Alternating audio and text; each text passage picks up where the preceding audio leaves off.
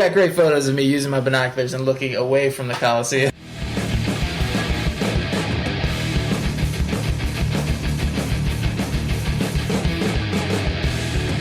You are listening to Urban Wildlife Podcast. Hey, podcast listeners. We were recently taping an episode with Robin Irisari of the Tucani Frankfurt Watershed Partnership. And Robin was telling us about his recent trip to Rome, Italy. So we decided to put it out in a special little mini episode, Robin in Rome. We hope you like it. And if you like the podcast and, well, this episode or the whole podcast, please tell your friends about it. You can write a review and rate us on your podcasting app of choice. You can also just tell people about it in all kinds of conventional ways. You can tell your friends face-to-face. You can call them, email them, send them a note, put it on a paper airplane, put it on Facebook. You can find us on Twitter at Herb Wildlife Cast. You can email us also like with ideas and feedback about the show at urbanwildlifecast@gmail.com. And if you have ideas, if you have places you're going, cities you're going to, and you get a chance to record some of your observations of wildlife wherever that might be, that could be anywhere from Rome to Milan to, I don't know, Budapest or Melbourne or Buenos Aires or Lagos, you name it. Record it. Tell us about it. We'd love to try to get it on the show. Rome has come up in at least one earlier podcast episode, so check out Arthropods Through the Ages, in which we talk about Rome's fascinating river crab population isolated in the Cloaca Maxima, which was ancient Rome's main sewer and which seems to have a population of river crabs that has been isolated in that waterway since its construction, even before the Roman Republic, and which seem to have evolved some distinctive characteristics and behaviors, sort of separating them both physically as well as biologically from their nearest river crabs. So without further ado, here are your co-hosts, me, Billy Brown, Tony Crosdale, having a conversation with frequent guest host Robin Irisari about his trip to Rome. So Robin got me really excited when he said he was going to Rome, although he was probably more excited because he actually went to Rome. Although when he was in Rome, you found what spray painted on an underpass? Oh, man. Representing somebody beat us there and had tagged Philly 215 real big on the side of the Tiber River, the walls of the channel there. So it felt just like home. I was standing, I could see the Vatican. We walked down the stairs, and boom, it's right there. And I was just blown away. I was like, wow. So naturally, we took photos with it. That was... And Robin has a theme on Facebook, on his personal Facebook account, of posting funny signs he sees around Philadelphia. And so it was like, it fit in very well with Robin's... The Philly Sign Jones. So how long... I guess I'll interview... Did you record anything while you were there? So I wanted to, and then that didn't end up happening. Okay. I took notes, and I took a lot of photos. Okay. So then listeners at home can tune in and find the photos on the Twitter feed. We'll make those happen. I'll get that. I'll see it. So regarding Rome, there were a few things that maybe I'll sort of interview about it. When Robin was going to Rome, I was like, a few things. I know he started thinking about birds, which is understandable, and I started thinking about herps, which is also understandable. In particular, wall lizards. But before I get to those, I was like, aren't there boars in Rome? And sure enough, there are urban wild boar, like the wild version of our pigs, that are kind of a challenging species to coexist with because they're huge and they could disembowel you if they got really angry. These are considered quarry to hunt. Yeah. Back when people used boar spears. We did a whole episode about them, at least half an episode about them, in the Urban Caracals and Barcelona boars episode, in which Sean Cahill, a researcher, was looking into the boars of Parc de Collserola in Barcelona and some of their interactions with humans. And so, Robin, tell us what you tried to do. Yeah. So we got into Rome. We spent 2 days in Rome. We were visiting my wife's sister and our brother-in-law who live in Sicily. So on the way there, we stopped in Rome. Thought that would be we'd be remiss if we didn't do that. So we got in late to Rome. Our plane landed at 1 a.m. And we're looking at a map of Rome right now. Got Rome spread out in The front of us. Eternal here. City, right here. Yeah. So the plane landed, probably close to midnight from Fiumicino. And we got a cab ride into Rome where we were staying. And, you know, people drive like crazy. The taxi man was driving all over the place in the dark down these crazy windy little streets. And it did happen to, you know, it seemed like, I don't know when trash day was, but there was a lot of trash, you know, out on the curb in some of these little corners of the neighborhood where we were driving through. So I was thinking, this is perfect, you know. Yeah. It's 1 a.m. There's... This is what's supposed to happen. People put out their trash, and the boars come out at night and, like, That's hit what the we trash. heard. Boars come out at night. The boars come. So I had my eyes peeled, and I didn't see anything. That's okay. I asked the guy, I said, hey, have you ever seen any wild boar? And he was kind of, what are you talking about? And I said, Cinciale. Because that's boar in Italian. I'm going to guess He said, Cinciale. And he, like, lit up. But he said, he basically said, like one guy took a video, and that's like, Okay. some guy got a video of it. It's not like white-tailed deer in the suburbs. Yeah, so it's not quite the phenomenon that we think of. You know, I was thinking these things would be all over the place. Yeah. There has been, since this situation started, there's been one fatality, and it was a guy who, like, crashed his Vespa into one. Oh, God. All right. And it wasn't like someone getting It wasn't like mauled. the boar It attacked was somebody. like, I mean, these things, the video, They're big if you want to animals. see an awesome video and hear an awesome Italian driver's, you know, voice as he, like, exclaims about a boar running down the street, YouTube Wild Boar Rome, and you'll see this video because it's pretty funny. Okay, we will certainly... And it's just galloping down the street, and you can imagine somebody hits something like that. It's a sizable. Well, it's like when you hit a beast there. deer or hit something like that, yeah. It's like when you hit a deer, but then the deer has razor sharp tusks and turns around and is really pissed, and you know. This is a thing we heard, like, I read about it. I don't know if I remember if we ended up in the episode, but about other boar in other urban places that they are a challenge, particularly when they've been hit by a car, because then they go from being just timid and afraid to being, like, freaked out and they can't run away. Right. And so that's when they're particularly difficult to handle. Yeah, so our boar hunt was unsuccessful, but we did see lots of awesome stuff in Rome, lots of tell. awesome wildlife. So we got in late, you know, but then I convinced my wife that because it was going to be 105 degrees, it was in our best interest to get up early still. So we got up at 7. Which is true. Yes, and it was really that hot, and I think the actual heat index, it was like 105, but felt like 109. And Rome is supposed to be nuts in the summer with tourists. It was nuts in the summer, and the tourists, I guess, are nuts because they don't do what all the locals do and just, like, sleep during the middle of the day. Chill, yeah. And come out at night.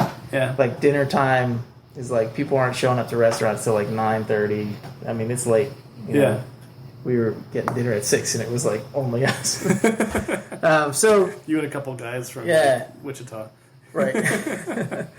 So we were walking around in the morning. The coolest thing, like, you notice right away is all the piazzas. We're walking around, and there's swifts just all over in the sky. Like, the sky man. is... We got a whole episode about swifts. Yeah, the sky is full of swifts, and these would be the common swifts. Apis.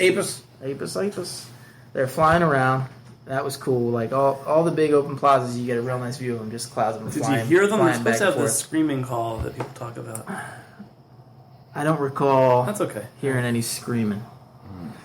But I mean, these are birds that basically never land except to sit on their eggs. they just hang around. up They in the just sky. fly. They roost in the sky. They, like, just keep flying around. So we had an episode. Hey, podcast listeners, that episode was Wild Swifts, Wild Lizards, Wild Dolphins, parts 1 and 2. But we talked to people in Israel and also in northern Italy, in Modena, where an amateur conservationist and researcher, basically, kind of like what we'll be when we retire. He's leading an effort to preserve roosting spots, same thing in Israel, for swifts, which have tended to roost in spaces in old roofing tiles. As buildings get modernized, those tiles go away, and that takes away their nesting spots. It's just the roosting spots. They're nesting spots. And I guess Rome's full of old architecture with plenty of places for swifts to chill out. Loads of swifts. Loads of swifts. It was really awesome. So, loads of swifts. I imagine lots of little birds attract some birds of prey. So we're walking around, checking out sights, and then we get to... and there's going to be maybe some Italian listeners, and I beg He's your trying forgiveness really for hard, my- guys. Basilica Papale de Santa Maria Maggiore. On top of that basilica, I saw a peregrine falcon just chilling up there right in the middle of the city, right in the middle of Rome. That was pretty cool. Sitting on the cross on the top of the Made you basilica. feel at home, you know? Yeah, felt right at home. Loads of Italian sparrows around. With the When you swifts say around, that, imagine. are the Italian sparrows any different than the English sparrows? Or you're saying that because they were in Italy? No, Italian sparrows. So you've got house sparrows and you've got Spanish sparrows, and apparently the Italian are sparrows are subspecies? somewhere in between, but they're distinct to Italy. Cool. So they do look different. I've got the Birds of Europe there. Check it out. Robin all my was earmarked, ready with the textbooks here. So the thing about traveling to a place you've never been before, anticipating seeing the birds, I started studying like a year before this trip, and the first 4 birds I got there, I had no idea what I saw. It was all the little brown like warbler dudes that they have a ton of warblers. All their warblers basically look like a brown little bird, little brown job. We have nice colorful patterns on ours here, our wood warblers, but it all paid off because after a while I started to pick out the ones that I did know. So we're walking around. We get from the Falcon there, we walk down to the Colosseum. The Colosseum was pretty cool because that was our first sighting of the parakeets, the rose ring parakeets, the monk parakeets. They were chattering, flying around in the trees. The rose rings are sort of an Asian species that has been released and naturalized everywhere from like London to Tokyo Yeah. to I guess LA maybe even, and then monk parakeets. I will pace myself in mentioning these specific episodes. That episode is Parakeets Invade. Monk parakeets are sort of naturalized in Brooklyn in New York. I remember them from when I worked in Buenos Aires for a year after college, and they had monk parakeets in the parks there. And they're actually from South America, so that was a little bit more expected. But Yeah. you can find them in Brooklyn, and apparently you can find them in Rome. You can find them in Rome. They're monk parakeets, and they were actually nesting in one of the parks they had set up. So I think when you guys, back in the episode that Billy just referenced, they had, I think Matt Haley was talking about how most parrots and parakeets are cavity nesters, but these guys are actually stick nesters. They build. And so But they don't build like a net, No, it's just like a nest. It's like a pile of sticks like built That into they the... nest inside. It's Yeah. like they build their own tunnelable Right. Yeah. structure. Think of like a beaver dam stuffed up in a palm tree. That's what it looks like. I've seen their nest in Brazil, and I've seen them nesting in the bottom of jabiru nests. Nice. So there's this giant 5 foot or taller. The Jabru did all the work of putting all these sticks together. Yeah. Awesome. So we were at the Colosseum.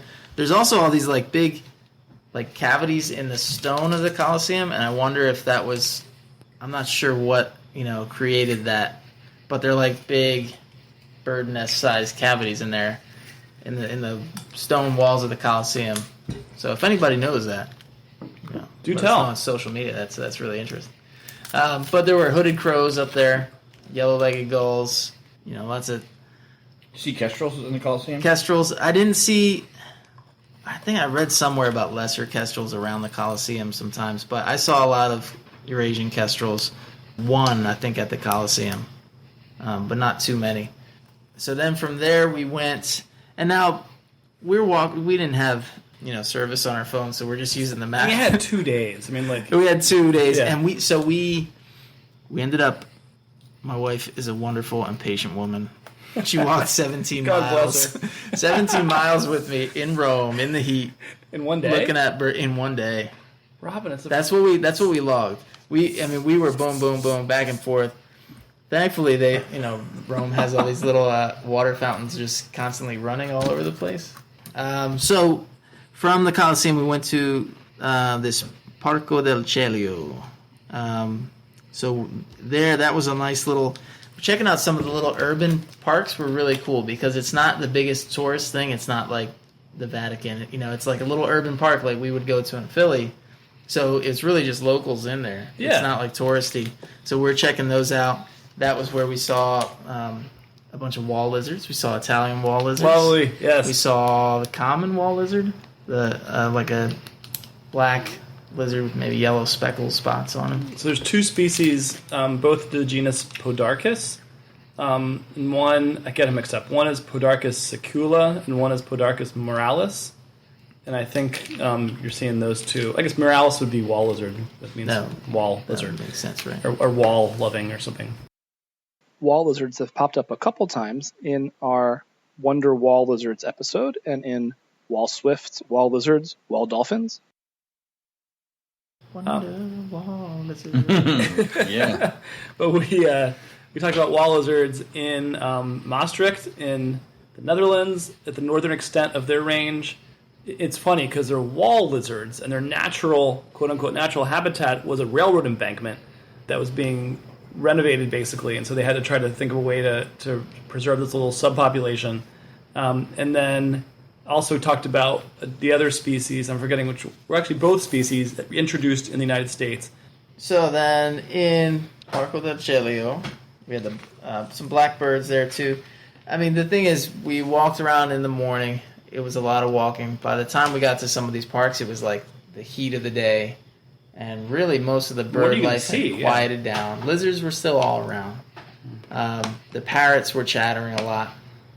Cicadas were going nuts. Whatever cicada they have there was doing its thing, just like we have them here. From Parco del Celio, we headed west, back towards the Tiber. On the way there, we stopped by the Circo Massimo. Sorry, I said that wrong. Circo Massimo. How's that?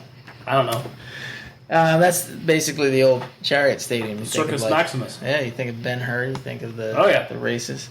Barn swallows swooping around. Barn swallows. And they've got white bellies there. Oh, okay. And in the United States, in our area, what do they have? Is it more tan? Yeah, like a rusty tan. apricot. Apricots. Yeah. There you go. That's a word I Apricot. People don't live in Philadelphia. Apricot. Then we crossed the Tiber, and the Tiber is cool because it's like the water's like blue, like green, similar to like, I guess maybe it has something to do with the water coming down from the Alps. I could be wrong, but all the water over there, all the rivers over there we saw were like this, high mineral greenish like aqua color. It's about half the width of the Schuylkill. And a lot of it through the city has like and the Schuylkill is a big tributary of the Delaware that runs through Philadelphia. For context, okay. So it felt a lot like the Schuylkill, like the way that the city was kind of built along it in some spots, except that it was wider. But there's spots along here where they definitely have embraced the river more. There was nightlife down there. Like as you get down there in the evening, that's where all the cafes were down right along the canal, and then whatever you call it, and live music and stuff. Lots of reedy banks and vegetation. I've got some cool photos of that too.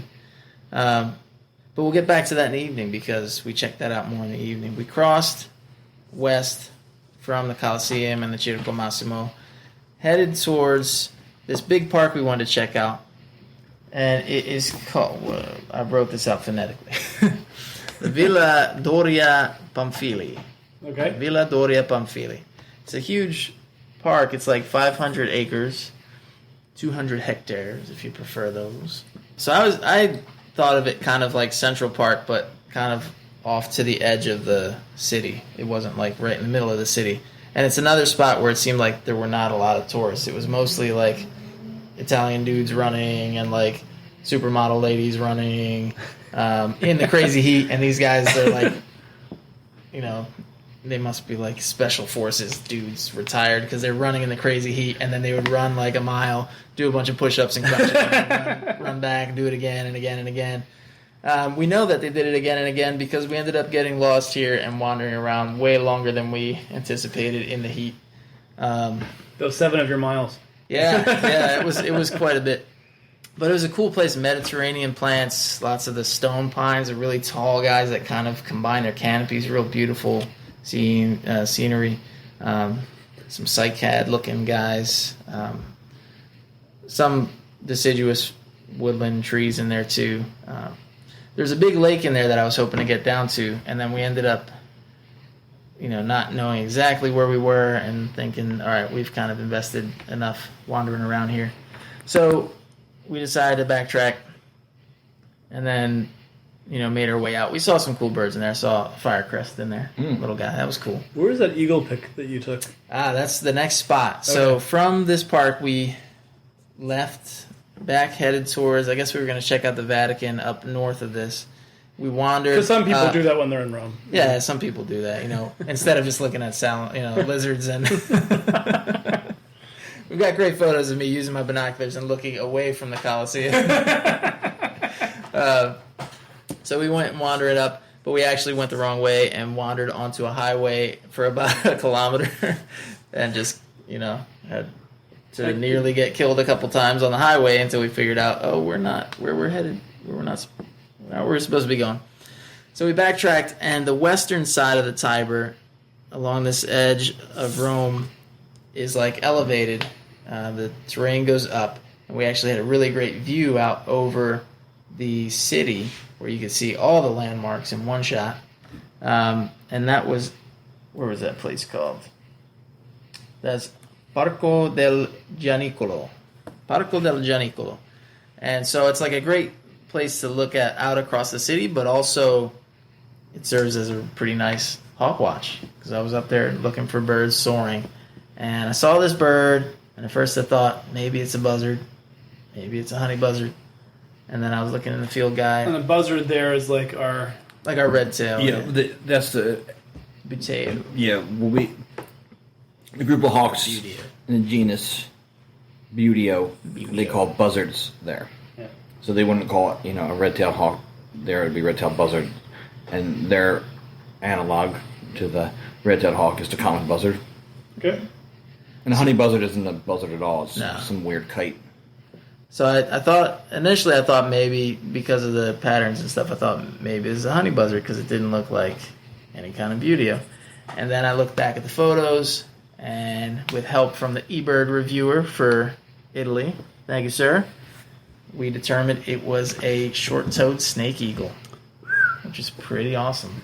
All right, so that was probably the coolest bird of the trip, and it seemed to get the reviewer and some other folks who checked it out on the web pretty excited, that kind of sighting. I don't think there were any other ones on eBird that were directly over Rome, so that was pretty cool. Urban birding. So that was a cool spot up high. Then, it's really hot, so we crashed for a while back at our Airbnb. And then in the evening, went out to check out the nightlife along the Tiber River, and that was I like cool. the nightlife. The nightlife was nice. I got the boogie. You like the boogie? I'm going to just go around. So we're crossing the Tiber, and I noticed that instead of swifts crowding the sky, it was bats, and that was cool. That was cool. I don't know what type of bat. I didn't have Tony's handy bat identifier echolocation thing, so I'll just settle for that. It was awesome seeing the bats swooping over the river. That was pretty cool. With the Vatican in the background, some awesome buildings back there.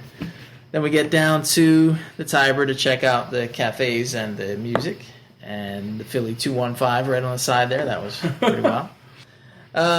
So we were getting down there, and then it was cool because some of the spots, there's these cafes, and then right at the river, there's these really reedy banks and all these mallards sleeping out there. And I noticed something swimming down there. I thought, is that a muskrat? But no, it's a nutria. Myself have seen nutria in Rome. Yeah. I could tell that story when you're done. Yeah. Well, my nutria story is what's just a nutria? that. So nutria is a rodent. It's kind of like our muskrat. but they're South American. Yeah. And we have them in the southern U.S. states Yep. where they're a problem.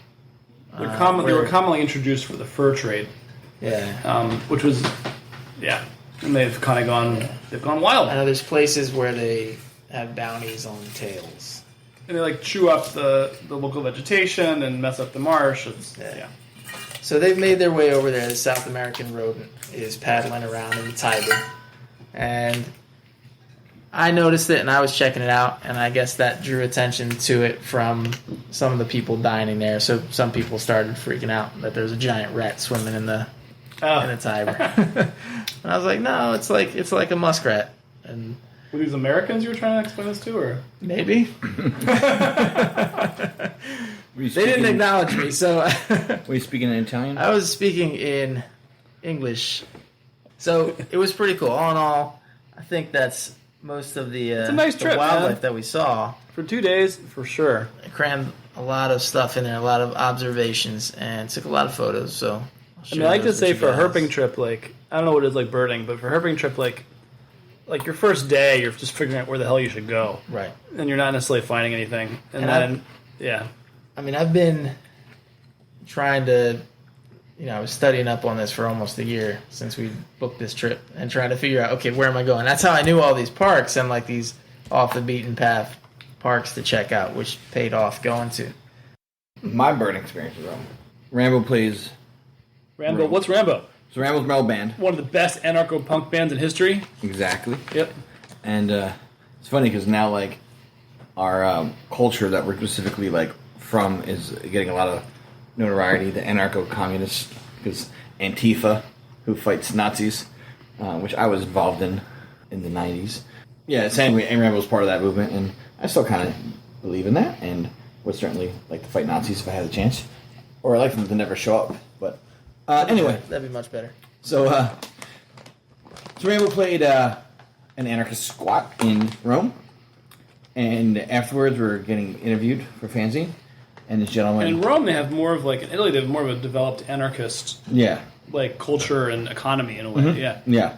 So we're getting interviewed for a fanzine by the gentleman, and he asked what hobbies or interests the members of the band have, outside of playing in a hardcore punk band.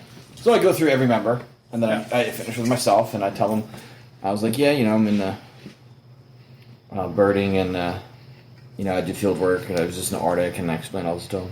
And then he just goes, "This is very interesting to me, because I am an ornithologist." And he's a park ranger in Italy, and he does a website called Med Raptors, and he studies the raptor migration. Follow them on Twitter. I've been following them on Twitter, Yeah. blowing up their Twitters, preparing for this trip. And he so he studies raptors, and his spot was the very tip of Italy, where the birds migrate down and then shoot across to Sicily. Straits of Messina. So, and then the Apennines, they migrate down the spine of the mountains there. And so then I went and stayed at his apartment, and the next day he took me birding at an artificial wetland in Rome, and saw nutria, as well as marsh harrier, common cuckoo, squawkle heron, purple heron. It was really cool. I dipped on the Squawko because we didn't get to that lake. What does dip mean? Oh, It's birding I didn't get to see it. I missed the bird. And if You got skunked, as we would say. Oh, I got skunked. yeah, so he dipped, and then, but I didn't. I saw squawkle heron. So by me gloating that I saw squawkle heron that he dipped on, I am gripping him off. If you see a bird, that someone else in, You got my Squawko. yeah, You've gripped him off. that's so the Brits really define the birding lingo, Much Thank to you, our Ritz. detriment, apparently. and yeah, well, the best is jizz. Do tell. If you general impression of size and shape. So if say he went down to that lake, Robin was to go down to the banks of the Tiber and see a small, stout heron, but he wouldn't be able to see it in the field marsh was too dark. He would identify a squawkle heron from its jizz, its general impression of size and shape, which apparently is a term for pilots in World War II, how they could figure out like enemy planes.